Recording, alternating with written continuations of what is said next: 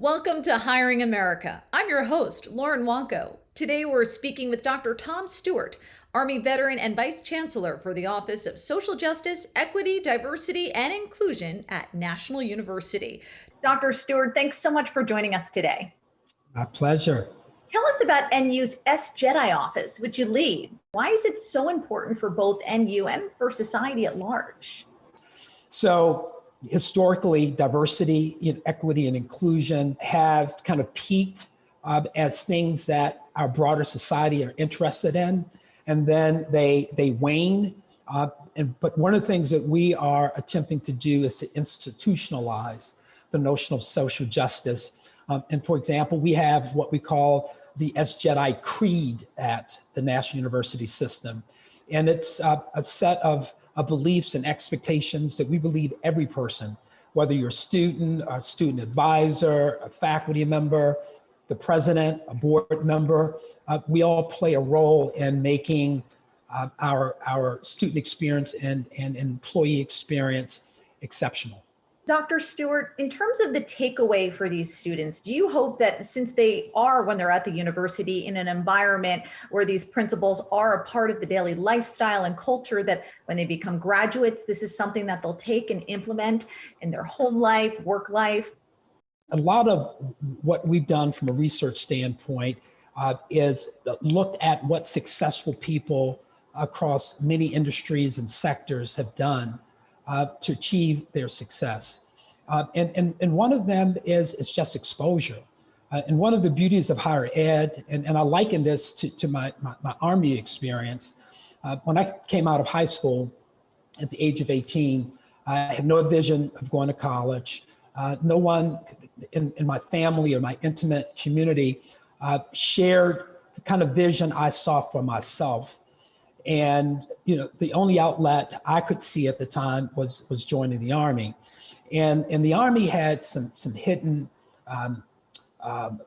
value that I wasn't aware was part of the experience, which was just the exposure to people from across the country, in some cases around the world.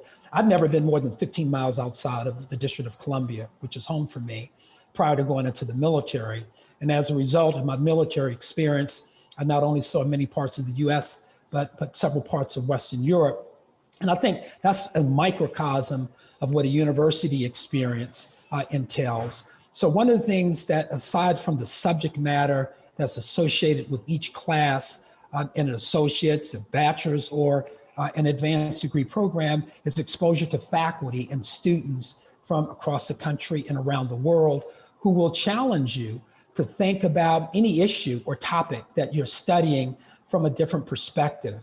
And that expands your mind. It expands, I believe, a student's ability to think critically, because instead of having kind of a narrow understanding of an economic, a political, a social issue, because you've studied with other people, you've read articles and books and viewed videos, from perspectives that you hadn't considered, in fact, perspectives you might even oppose, it expands your way of thinking. And what we often say is it allows you to deconstruct your reality and reconstruct it in a way that's more informative.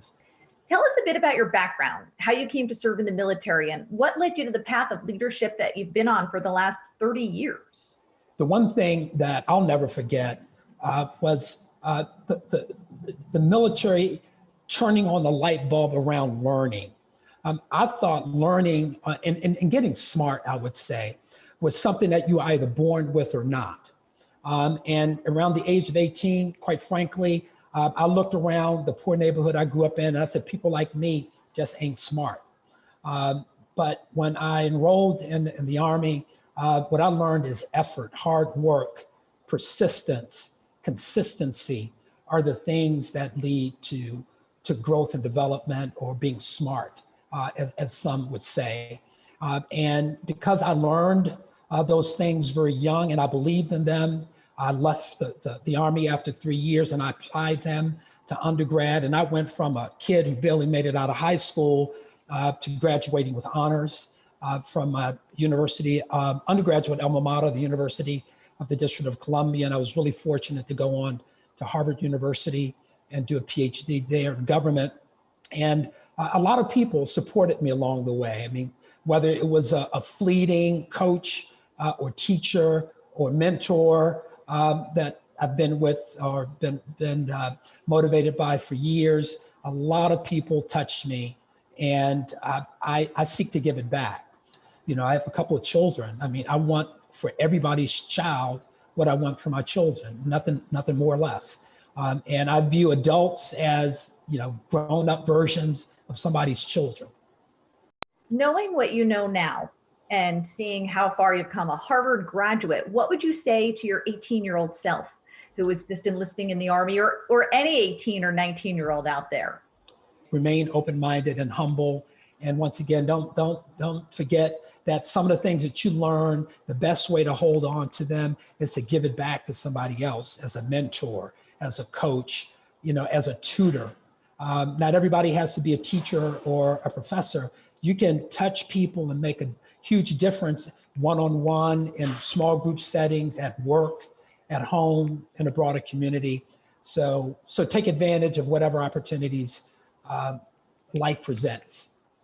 How do you hope your story and experience can inspire others? What do you want the takeaway to be?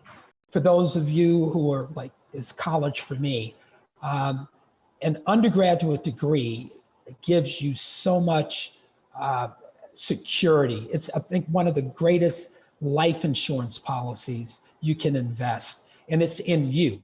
I believe in education is something that you do for yourself first and foremost, and it has the ability to spill over to your family, to the community, and to the broader world. So just by enriching and developing yourself, you are in fact making a contribution to the world, especially if your goal is to take what you learn and apply it in a way that can make the experience of others better than it was before you lent your talents, your insights in your growth and development. Dr. Stewart, it's been such a pleasure. Thank you for taking the time to speak with us today. It's been my pleasure. And once again, thank you, Hire America, for all the wonderful things that you do to get us all and keep us on the right career and educational paths.